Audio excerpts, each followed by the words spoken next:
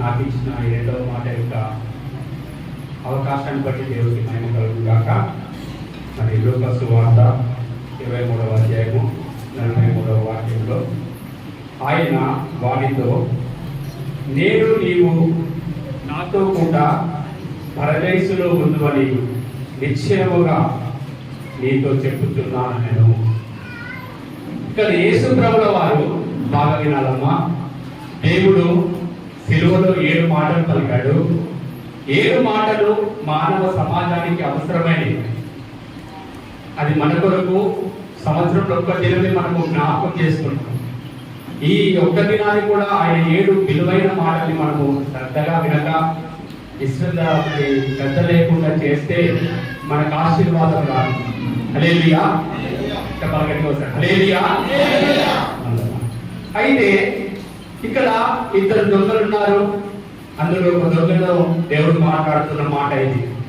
ఏమంటున్నాడంటే, ఆల్రెడీ దొంగ అని మనం అంటున్నాం అంటే తన మనసు మంచిగా లేదు, మంచితనం తనలో లేదు.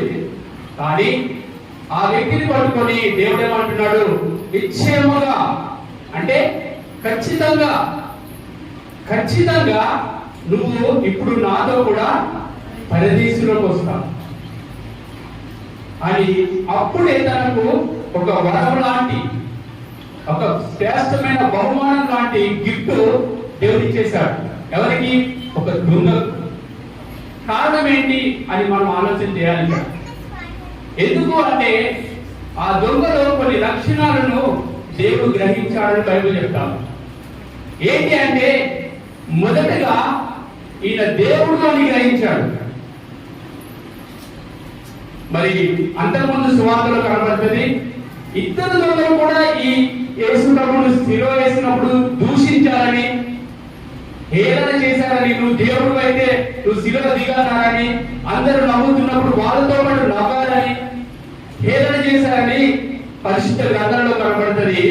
కానీ ఈ 2వ దొంగ కొద్దిసేపు యేసు ప్రభువును అబ్జర్వ్ చేస్తా ఉన్నాడు. ఆ శిలువలో తన ప్రవర్తన, తన క్రియలు, తన నోటి మాటలు, తను తీసుకుంటున్న నిర్ణయాలను అబ్జర్వ్ చేస్తున్నాడు శిలువలో ఉండి. 2 దొంగలు చూస్తున్నారు, కానీ ఒక దొంగ మనోనేత్రాలతో ఆలోచిస్తా ఉన్నాడని మనకు అర్థమవుతుంది బైబిల్లో. ఒక దొంగ క్యాజువల్ గా చూస్తా ఉన్నాడు, మాతో పాటు సిల్వేసిండ్రు, ఈయనేదో ఏసట, ఈయన ఏదో దేవుడు అని చెప్పుకుంటున్నాడట అని ఆలోచిస్తున్నాడు. కానీ ఇంకో దొంగ ఈయన ఎందుకు ఇలా చెప్పుకుంటున్నాడు, అసలు ఈయన ప్రవర్తన ఎలా ఉంది, ఈయన ఆలోచనలు ఎలా ఉన్నాయని అబ్జర్వేషన్ చేస్తా ఉన్నాడు. చేసినప్పుడు ఇందాక చెప్పుకున్నారు కదా, మొదటి మాట క్షమాపణ. ఆ క్షమించే మనసుతో తండ్రి మీరు ఏం చేయించున్నారో మీరు ఎక్కడ కనుక వీరిని క్షమించు అనే పదము ఏ సందర్భంలో వస్తుందో తెలుసా? యేసు ప్రభువు కొరడాలతో కొట్టబడి 150 కేజీల ఆ యొక్క శిలువను భయంకరమైన పరిస్థితిలో, గుట్టల మధ్యలో, రాళ్ళ మధ్యలో, ఎర్రపెండలు మోయించి అలసిపోయి మరి పిడిగుద్దులు గుద్ది ఉమ్ములేసి భయంకరమైన స్థితిలో చావుకు కొన్ని నిమిషాల ముందు ఉన్న సమయంలో ఏ మానవుడు కూడా, ఎంత ఓర్పు కలిగిన మానవుడు కూడా, ఎంత సమాధానం కలిగిన మనిషి కూడా ఆ సమయంలో సహనం కోల్పోతాడు. ఇక్కడ ఉన్న నేను యేసు ప్రభు బిడ్డను, నేను యేసు ప్రభులాగా బ్రతుకుతాను అని నిర్ణయం తీసుకుంటా. బయటకు వెళ్ళిన తర్వాత 4 మంది నన్ను పదే నా చుట్టూ కూడి 10 సార్లు గంటల తరబడి నా చుట్టూ కూడి నన్ను తిడతా ఉన్నారు లేదా కొడతా ఉన్నారు అనుకో, నాకు బీపీ లేస్తుంది అంట, నా సహనం కోల్పోతాను అంట, నా ఓర్పు నశిస్తుంది అంట, లేదా నాలో ఉన్న పాత్రుడు బయటకు వస్తాడు అంట. ఖచ్చితంగా మనిషికి మాత్రం సాధ్యమో కాదు. అది యేసు ప్రభులో ఈ 2వ దొంగ చూశాడు. ఏమని? చంపేస్తున్నాడే నన్ను, చివరి క్షణాలు. అప్పుడు కూడా అంటున్నాడు ఏమని? క్షమించు దేవా, క్షమించు. ఆ పదము మానవ రీతిగా మనుషులకు సాధ్యము కాదు ఇలా పలకడము అని ఈ 2వ దొంగ గ్రహించాడంట. ఆలోచన చేద్దాం.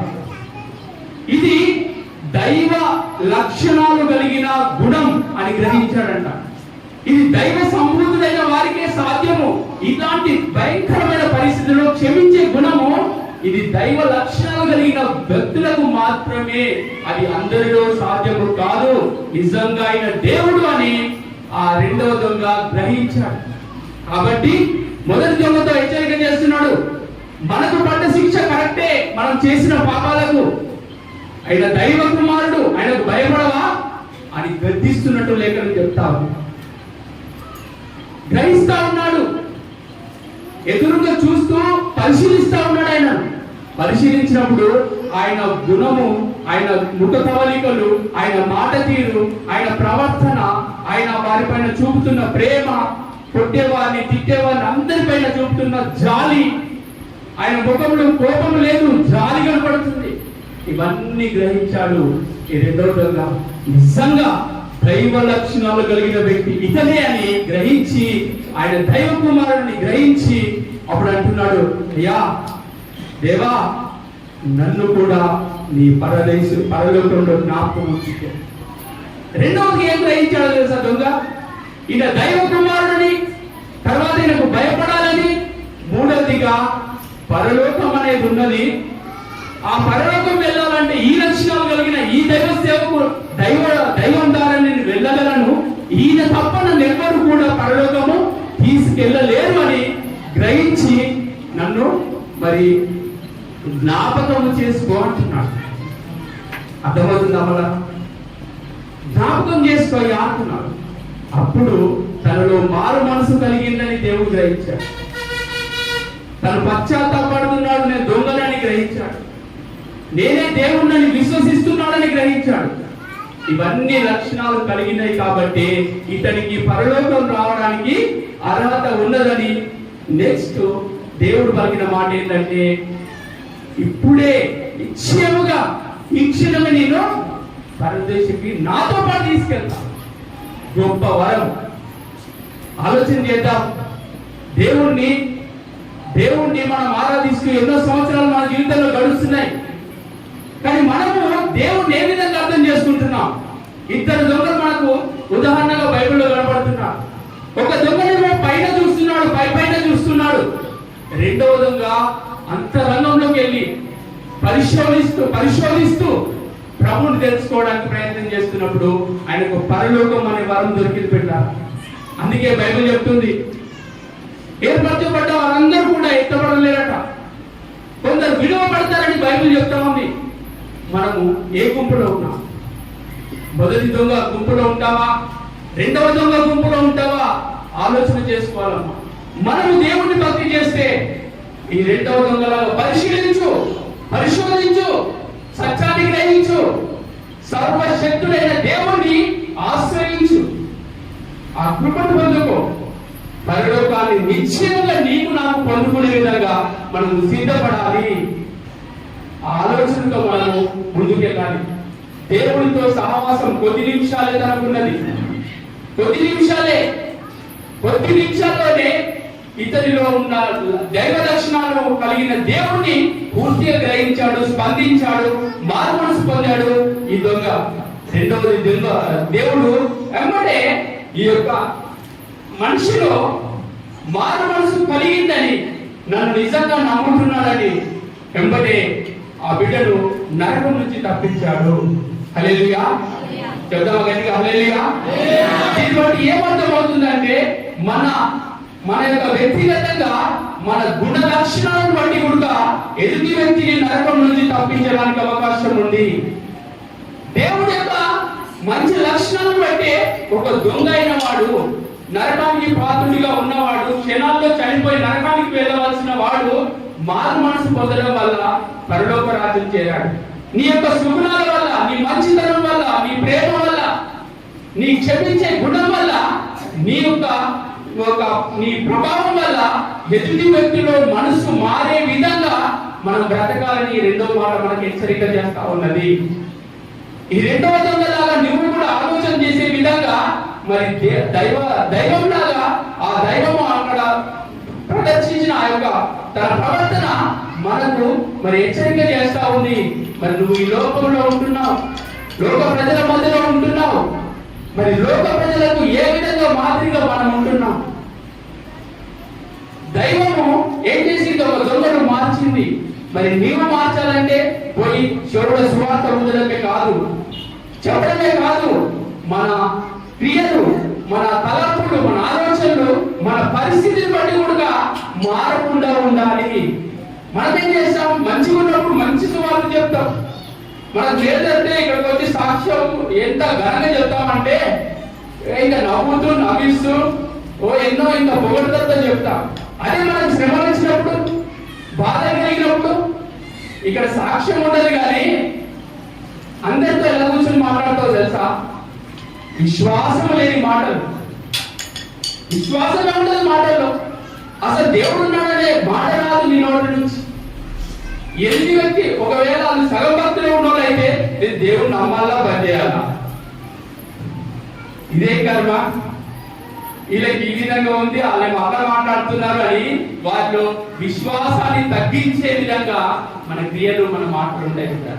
కానీ దేవుడు చచ్చే ముందు కూడా, చివరి క్షణంలో కూడా ఒక ఆత్మను రక్షించడానికి తన ప్రవర్తన తోడై ఉన్నది.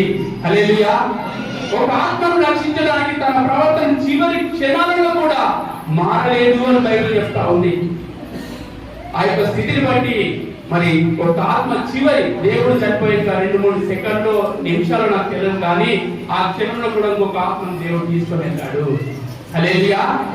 మరి మన ప్రవర్తన ఆలోచన చేయండి. రెండో మాట కట్ట, దైవ లక్షణాలు, దేవుని యొక్క లక్షణాలు మనలో ఉండాలని దేవుడు చూపిస్తా ఉన్నాడు.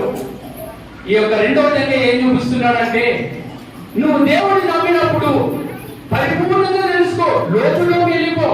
మొదటితో పై పైన క్రియలు ఉండకూడదు. మనం దేవుడు నమ్మినాం, పూర్తిగా నమ్ము, పూర్తిగా విశ్వసించు, పూర్తిగా ప్రభు ఆనుకొని బ్రతుకు.